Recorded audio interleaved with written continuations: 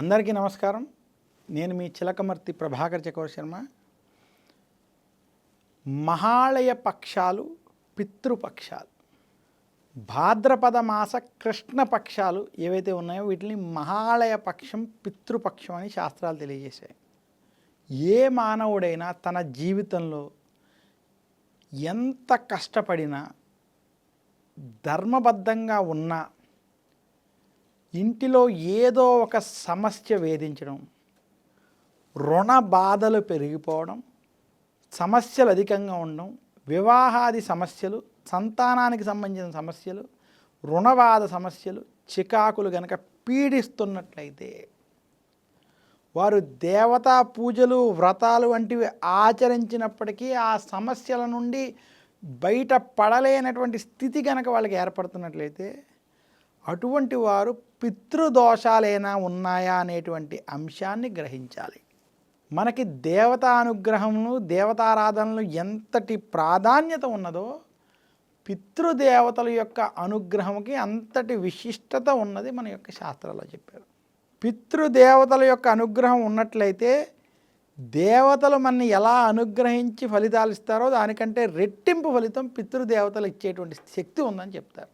ఇక్కడ పితృదేవతల అనుగ్రహం అంటే ఇంటిలో గతించినటువంటి తల్లి, తండ్రి, తాతలు వంటి గతించినటువంటి వారు ఎవరైతే ఉన్నారో ఆ గతించినటువంటి వారికి మీరు ప్రతి సంవత్సరం వారికి చేయాల్సినటువంటి కార్యక్రమాలు, ఆ తిథుల ప్రకారం చేయవలసినటువంటి కార్యక్రమాలు కావచ్చు, వారికి విడిచిపెట్టవలసినటువంటి తర్పణాలు కావచ్చు, వారికి కోసం ఆచరించవలసినటువంటి విధి విధానాలని మీరు ఆచరిస్తున్నారా లేదా, లేదా వాటిల్లో ఆచరించకపోవడం వల్ల ఏమైనా దోషములు కలిగినవా, పితృదేవతలు అశాంతికి లోనైనవా, ఈ విషయాలను మనం గమనించి వాటికి పరిహారంగా చేసుకునేటువంటి అవకాశం మనకి మహాలయ పక్షాలు ఇస్తాయి. ఎప్పుడైతే పితృదేవతల అనుగ్రహం మనం పొందుతామో మనకున్నటువంటి రుణ బాధలు, మనకున్నటువంటి అనేక సమస్యల నుండి మనం విముక్తి పొందవచ్చు. ఆ పితృదేవతల యొక్క అనుగ్రహం పొందడానికి ఉత్తమమైన అవకాశం మహాలయ పక్షాలు.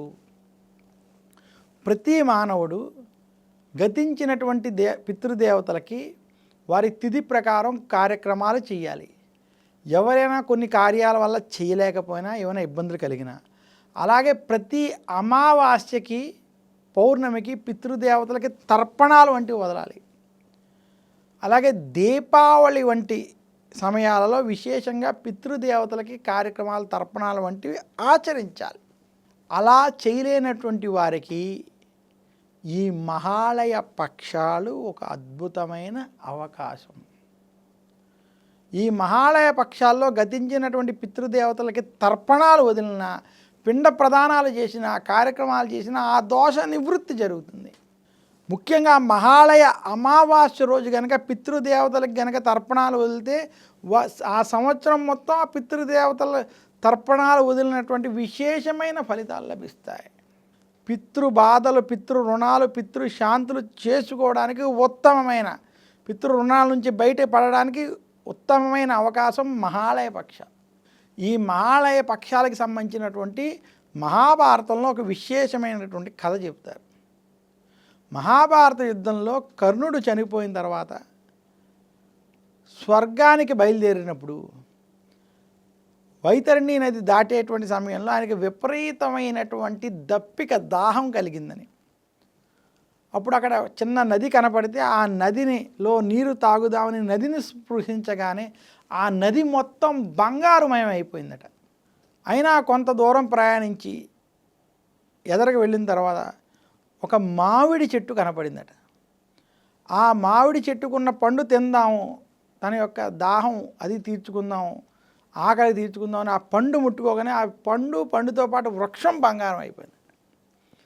ఏమిటిది, నాకు ఇంత బాధ ఎందుకు కలుగుతుంది, ఏం చేసినా ఇలా ఎందుకు అవుతుందని తన తండ్రి అయినటువంటి సూర్యనారాయణమూర్తిని ప్రార్థించడం, సూర్యనారాయణమూర్తి అక్కడ ప్రత్యక్షం అవడం, తనకి జరుగుతున్న ఈ విషయాన్ని చెప్పి నన్ను రక్షించమని కోరడం, సూర్యనారాయణమూర్తి నాయనా నీవు గత జన్మలో అనేక దానాలు చేసావు, ముఖ్యంగా సువర్ణ దానం వంటి దానాలు చేసావు, కానీ పితృదేవతలకి ఎలాంటి కార్యాలు చేయలేదు, పితృదేవతలకి తర్పణాలు వంటివి చేయలేదు, పిండ ప్రదానాలు చేయలేదు, పితృదేవతల పేరు మీద ఎవరికి ఆహారం వంటివి కూడా నీవు అందించలేదు. కాబట్టి నీవు ఈరోజు ఆ పితృదేవతల అనుగ్రహం లేకపోవడం వల్ల ఈ యొక్క దప్పిక బాధలు పడుతున్నావు అని చెప్పడం.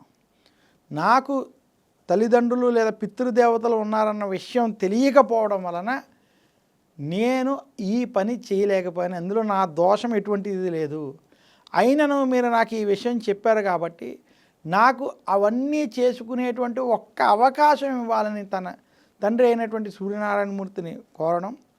ఇంద్రుడు యముడు యొక్క సహాయంతో సూర్యభగవానుడు తనకి ఒక 15 రోజులు భూలోకానికి వెళ్ళి పితృదేవతల్ని అనుగ్రహం పొందగలిగేటువంటి వరాన్ని అందించడం. అలా భాద్రపద మాస కృష్ణపక్ష పాడ్యమి రోజు కర్ణుడు భూమి మీదకు వచ్చినటువంటి రోజు మహాలయ పక్ష ప్రారంభమైన రోజు. అక్కడి నుంచి భాద్రపద మాస కృష్ణపక్ష అమావాస్య వరకు ఈ 15 రోజులు కర్ణుడు భూమి మీద ఉండి రోజు పితృదేవతలకు తర్పణాలు, పిండ ప్రదానాలు, శ్రాద్ధ కర్మలు ఆచరించి అనేక అన్నదానాలు వంటివి పితృదేవతల పేరు మీదుగా చేయడం చేత అలా మహాలయ అమావాస్య రోజు తిరిగి మళ్ళీ చేసి స్వర్గానికి చేరినట్టుగా ఈ పురాణ మహాభారతంలోని కథ ద్వారా మహాలయ పక్షాల యొక్క ప్రాధాన్యత, ప్రాముఖ్యత మనకి మన పెద్దలు తెలియజేశారు. ఈ కథని అనుసరించి ఎవరైనా కనుక మహాలయ పక్షుల్లో గతించిన పితృదేవతలకి ఆహారం వంటివి ఇవ్వడం, తర్పణాలు వంటివి వదలడం, శ్రాద్ధ కర్మలు వంటివి నిర్వర్తించడం చేత పితృశాపాల దోషాల నుండి విముక్తి పొందుతారు.